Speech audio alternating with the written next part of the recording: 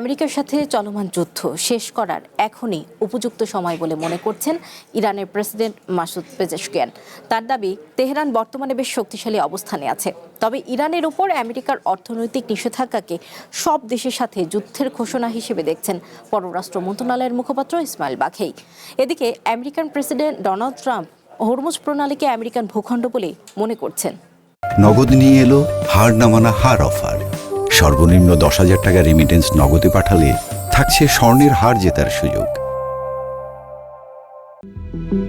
ইরানের president Masoud Pezeshkian বলেন, পুরো বিশ্ব দেখেছে কিভাবে আন্তর্জাতিক আইন লঙ্ঘন করে বেসামরিক অবকাঠামো ও হাসপাতালে আমেরিকা হামলা চালিয়েছে। শুক্রবার ওয়াশিংটনের সাথে চুক্তি নিয়ে সমালোচকদের জবাবে তিনি জানান, এই চুক্তি তেহরানের কোনো নতি স্বীকার নয়, বরং এটি তাদের শক্ত অবস্থানেরই প্রমাণ।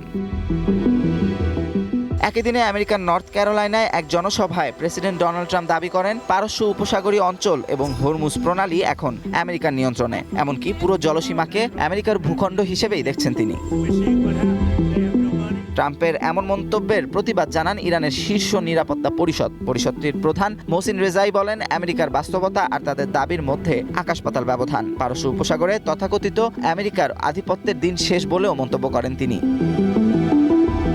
ওয়াশিংটনের নতুন অর্থনৈতিক নিষেধাজ্ঞার পরিকল্পনাকে অর্থনৈতিক সন্ত্রাসবাদ হিসেবে দেখছে ইরান। দেশটির পররাষ্ট্র মন্ত্রণালয়ের মুখপাত্র ইসমাইল বাঘেই মনে করেন, আমেরিকার এই নতুন নিষেধাজ্ঞা কেবল একটি দেশ নয়, বরং সব দেশের বিরুদ্ধে এক প্রকার যুদ্ধের ঘোষণা। এদিকে পররাষ্ট্রমন্ত্রী আব্বাস আরাকচির মতে, এই নিষেধাজ্ঞা আমেরিকার আরেকটি ব্যর্থতা হতে যাচ্ছে।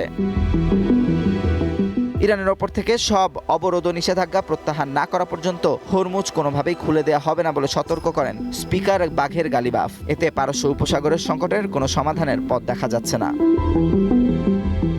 Amanur Rahman, one international desk.